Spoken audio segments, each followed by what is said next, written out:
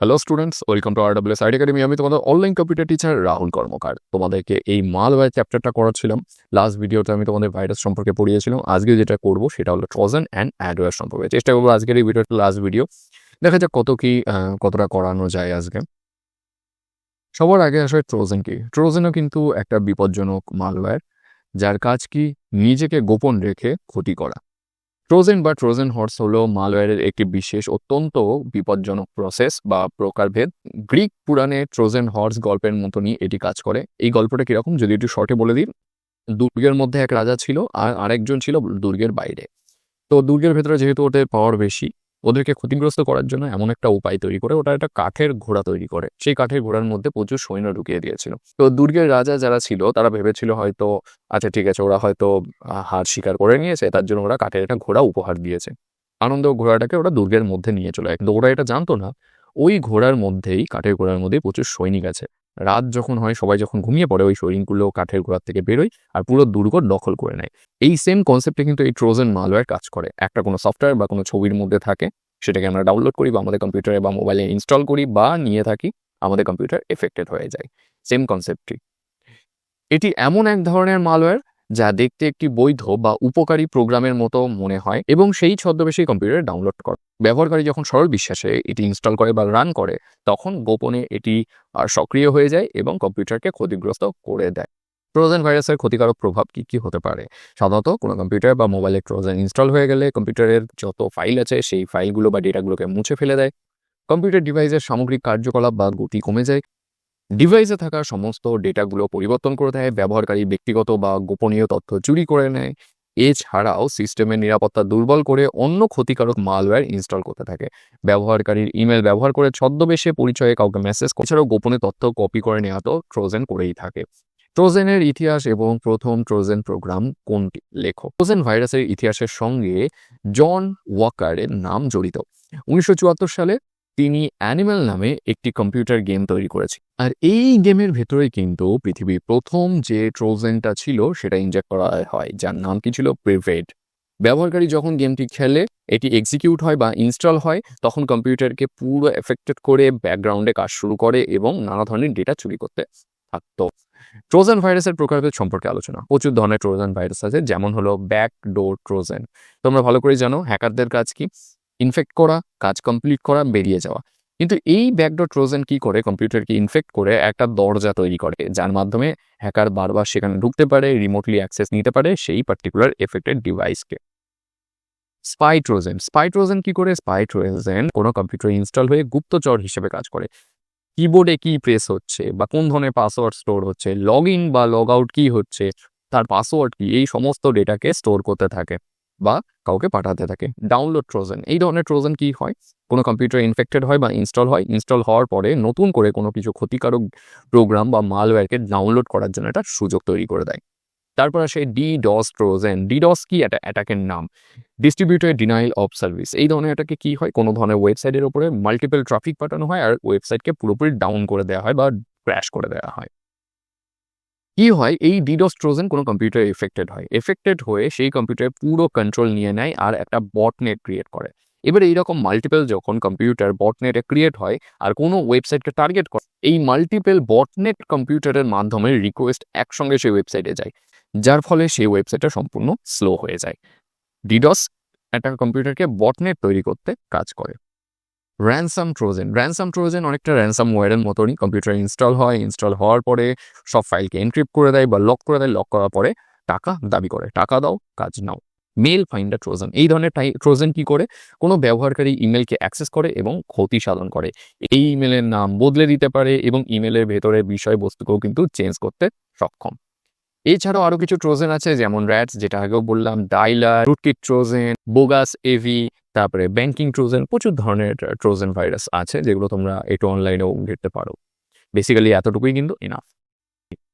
Trojan horse প্রতিরোধ করার নিয়ম কি? কিভাবে আমরা এটাকে প্রতিরোধ করতে পারি? প্রলোভন এড়িয়ে চলা। কোনো ধরনের লোভ বা কোনো ধরনের ফ্রি অফার, কোনো ধরনের টাকা জেতা, লটারি, এই ধরনের লোভে পড়ে কোনো ধরনের সফটওয়্যার ক্লিক করলে চলবে না। সন্দেহজনক ইমেল, কোনো যদি ইমেল সন্দেহজনক লাগে সেই ইমেলে ক্লিক করবে না। মাস্ট বি ইমেলের ইউআরএলটা চেক করে নেবে কোথা থেকে পাঠানো হয়েছে। নিরাপদ ডাউনলোড। কোনো ধরনের গেম, ভিডিও, ছবি যাই ডাউনলোড করো না কেন সেটা যেন একটা অথেন্টিক সোর্স থেকে হয়, উল্টোপাল্টা সাইট থেকে কিন্তু করবে না কখনো ডাউনলোড। অ্যান্টিভাইরাস ব্যবহার, সবসময় একটা পাওয়ারফুল অ্যান্টিভাইরাস ব্যবহার করবে, বা তোমার উইন্ডোজ কম্পিউটারের যে অ্যান্টিভাইরাস আছে অর্থাৎ উইন্ডোজ ডিফেন্ডার সেটাকে আপডেট করবে। এরপরে আসে অ্যাডওয়্যার। অ্যাডওয়্যার কি করে? অ্যাডওয়্যার কম্পিউটারে ইনস্টল হয়ে বা কম্পিউটারে এফেক্টেড করে অটোমেটিক্যালি নানা ধরনের অ্যাড দেখাতে থাকে, যেই অ্যাডগুলো আমাদের কোনো কাজেও লাগবে না। এর কাছেই পুশ অ্যাড দেখানো। অ্যাডওয়্যার হলো এক বিশেষ ধরনের মালয়েশিয়াস বা ক্ষতিকারক সফটওয়্যার যা একটি নেটওয়ার্ক সিস্টেমের অবস্থান করে এবং ব্যবহারকারী ডিভাইসে অবাঞ্ছিত বিজ্ঞাপন প্রদর্শন করে। এটি সাধারণত ব্যবহারকারী অনুমতি ছাড়াই বিভিন্ন ধরনের পণ্যের বিজ্ঞাপন দেখানো কাজ শুরু করে বা কাজে ব্যবহৃত হয়। কম্পিউটার অ্যাডওয়্যার সংক্রমণের লক্ষণ কি কি? কোন জিনিসগুলো আমরা দেখলে বুঝতে পারবো কম্পিউটারে অ্যাডওয়্যার অ্যাটাক হয়েছে? সবার ফার্স্ট, ধীর গতি। যে কোনো ধরনের মালওয়্যার অ্যাটাক হলেই আমরা কিন্তু বুঝতে পারবো যদি কম্পিউটার স্লো হয়। ঠিক আছে, সেটা অ্যাডওয়্যার হতে পারে, ট্রোজান হতে পারে, ভাইরাস হতে পারে, যাই হোক না। তারপরে হোম পেজ পরিবর্তন। অ্যাডওয়্যার যখন ঢুকে যাবে বা ইনজেক্ট হবে, ব্রাউজারের যে হোম পেজ সেটা সম্পূর্ণভাবে পরিবর্তন হয়ে যাবে, সেটা দেখলেই তোমরা বুঝতে পারবে। ওয়েব পেজ প্রদর্শনের সমস্যা। কোনো ধরনের আমাদের ইচ্ছা মতো যে ওয়েবসাইট আমরা যেতে চাই সেখানে কিন্তু যেতে পারবো না, কাঙ্ক্ষিত ওয়েবসাইটগুলো সঠিকভাবে দৃশ্যমান হয় না। অবাঞ্ছিত বিজ্ঞাপন, যে বিজ্ঞাপনগুলো আমাদের প্রয়োজন নেই হঠাৎ করে আমাদের কম্পিউটার স্ক্রিনে সেগুলো আসতে থাকবে। ক্র্যাশ বা গতিরোধ, ইন্টারনেটের গতি কমে যায় আর ডিভাইস বারবার ক্র্যাশ করতে থাকে যেহেতু প্রচুর পরিমাণে বিজ্ঞাপন পুশ করা হয় তাই। মোবাইল ফোনের ক্ষেত্রে কি হয়? এর গতি কমে যায়, স্ক্রিনে অনেক অবাঞ্ছিত পপ আপ বিজ্ঞাপন আসা শুরু হয়, ব্যাটারি দ্রুত শেষ হয়ে যায়, অপ্রয়োজনীয় গেম একাই ডাউনলোড হয়ে যায়। এই সমস্ত জিনিস কিন্তু অ্যাড যদি আমাদের কম্পিউটারে থাকে তখন প্রচুর কোম্পানি আছে ব্লোটওয়্যার যেমন দিয়ে দেয়। ব্লোটওয়্যার কিন্তু কাইন্ড অফ অ্যাডওয়্যারের মতনই, যেগুলো প্রি ইনস্টল থাকে প্রতিটা কোম্পানি দিয়ে দেয়, সেগুলো অবাঞ্ছিতভাবে আমরা নানা ধরনের বিজ্ঞাপন দেয়। অ্যাডওয়্যারের ইতিহাস এবং প্রথম ব্যবহার সম্পর্কে লেখো। শুরুর দিকে এই ধরনের অ্যাডওয়্যার অ্যাজ আ স্পাইওয়্যার হিসেবে কাজ করত। এর মূল উদ্দেশ্য ছিল ব্যবহারকারী অজান্তে তাদের কম্পিউটার থেকে গোপনীয় তথ্য সংগ্রহ করা। তবে পরবর্তীকালে কি হয়, এই অ্যাডওয়্যারের বৈধতা আরও বেশি বৃদ্ধি পায়। বর্তমানে ইউটিউব, সিনেমা বা যে কোনো জনপ্রিয় অ্যাপ্লিকেশনে এই ধরনের অ্যাডওয়্যার কিন্তু দেখতে পাওয়া যায়। ইউটিউবে তুমি দেখবে কোনো ভিডিও দেখছো, হুট করে একটা অ্যাড আসছে। কোনো ধরনের গেম খেলছো, ফ্রি গেম, সেখানে দেখবে নিচে বা ওপরের দিকে অ্যাড আসা শুরু করে। এই ধরনের জিনিস কিন্তু অ্যাডওয়্যারই পার্ট। অ্যাডওয়্যার যে সবসময় ইললিগাল কাজ করবে তা না, অ্যাডওয়্যার কিন্তু লিগালও হতে পারে। প্রশ্ন আসে অ্যাডওয়্যারের প্রকারভেদ সম্পর্কে লেখো। দেখো, বেসিক্যালি অ্যাডওয়্যার দুই ধরনের হয়।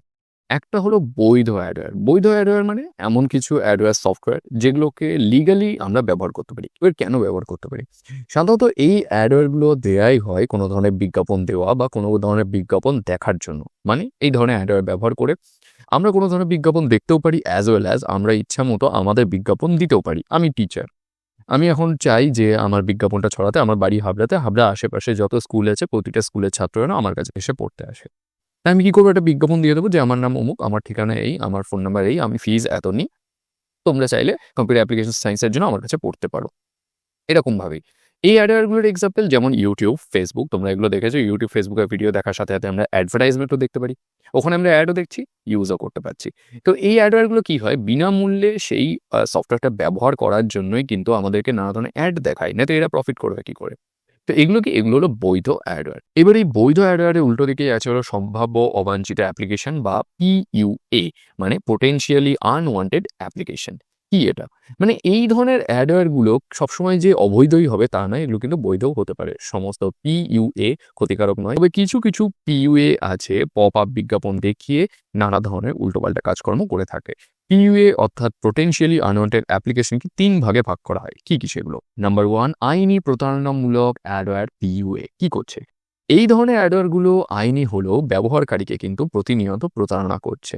নানা ধরনের বেটিং সফটওয়্যার এই ধরনের অ্যাডওয়্যার কিন্তু এক্সাম্পল, যেমন Dream11, তারপরে নানা ধরনের ক্রিকবাজ, তারপরে ওদিকে তোমার 1xBet, 4xBet। তোমরা নিশ্চয়ই দেখেছো কোনো পাইরেটেড ওয়েব সিরিজ বা ভিডিও দেখলে দেখবে ওখানে অ্যাড দেখায় এগুলো।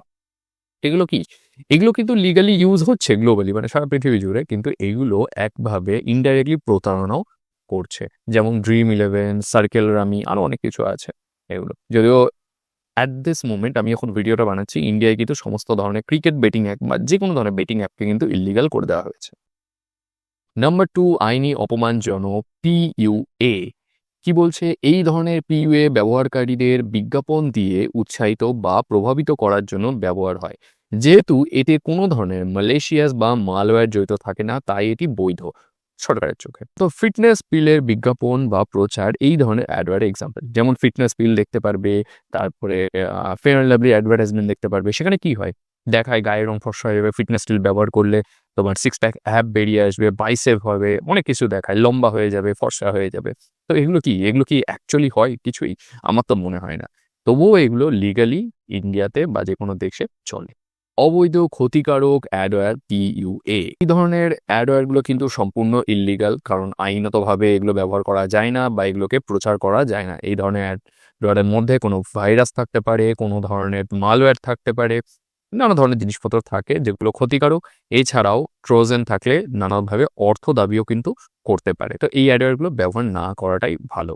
এর এক্সাম্পল দেখবে, অনেক সময় ইল্লিগাল ওয়েবসাইটে ঢুকলে তোমার মোবাইল ভাইব্রেট করবে বা কম্পিউটার নানা ধরনের ফ্ল্যাশি ইমেজ আসবে আর বলবে কি এই ধরনের অ্যাডভার্টাইজমেন্ট বা এই ধরনের অ্যান্টিভাইরাসটা ইনস্টল করে নিন, নয়তো আপনার কম্পিউটার হ্যাক হতে পারে। এগুলো সবই কিন্তু ইল্লিগাল ম্যালিশিয়াস অ্যাডওয়্যারের মধ্যেই পড়ে। লাস্ট কোয়েশ্চেন, অ্যাডওয়্যার থেকে সুরক্ষিত থাকার উপায় কি কি? সব জায়গায় যেরকম অ্যান্সার হুবহু এখানেও সেমই আছে। সফটওয়্যার আপডেট, সবসময় কম্পিউটারে সফটওয়্যার আপডেট করতে হয়, বা যে অ্যাপ্লিকেশন ব্যবহার করছো সেই অ্যাপ্লিকেশনটাকে আপডেট করতে হয়। আপডেট করলে অ্যাডওয়্যারের থেকে কিছুটা হলেও রক্ষা পাওয়া যায়। সতর্কতা অবলম্বন, যে কোনো জায়গায় ইন্টারনেটে গেলে উল্টোপাল্টা জায়গায় ক্লিক করবে না, উল্টোপাল্টা ওয়েবসাইটে যাবে না। এইটুখানি সতর্কতা কিন্তু মাথায় রাখলে অনেকভাবেই বাঁচতে পারবে। কোনো কৌতূহলে, কোনো লোভে পড়ে কোনো জায়গায় যাওয়া যাবে না। পাইরেটেড মিডিয়া বর্জন, কোনোভাবে কোনো ধরনের পাইরেটেড সফটওয়্যার বা পাইরেটেড মিডিয়া কিন্তু ব্যবহার করা যাবে না। আর্থিক তথ্যের নজরদারি, যখনই কোনো জায়গায় কোনো ধরনের ট্রানজ্যাকশন করবে, সেটা ব্যাংকের statement, password, debit card, ATM card, যাই দিয়েই করো না কেন, সেটার উপরে সবসময় কিন্তু বিশেষ নজর দেবে। সেটা উল্টোপাল্টা কোনো জায়গায় গিয়ে কিন্তু দিয়ে দেবে না। যদি দিয়ে দাও তাহলে কিন্তু ক্ষতিতে তুমিই পড়বে। তো এই জিনিসগুলো করলে তোমরা কিন্তু অ্যাডওয়্যারের হাত থেকেও যেমন বাঁচতে পারবে, অ্যাজ ওয়েল অ্যাজ ট্রোজনের হাত থেকে, অ্যাজ ওয়েল অ্যাজ যে কোনো ধরনের মালওয়্যারের হাত থেকে কিন্তু বাঁচতে পারবে। তো আজকের ভিডিওতে এর থেকে বেশি আর এগোচ্ছি না, যেখানে তোমাদেরকে আমি ট্রোজেন আর অ্যাডওয়্যার সম্পর্কে বললাম। যদি কোনো ধরনের ডাউট থাকে অবশ্যই সেটা কমেন্ট সেকশনে জানিও। তোমাদের সঙ্গে দেখা হবে পরের ভিডিওতে নতুন টপিকের সঙ্গে।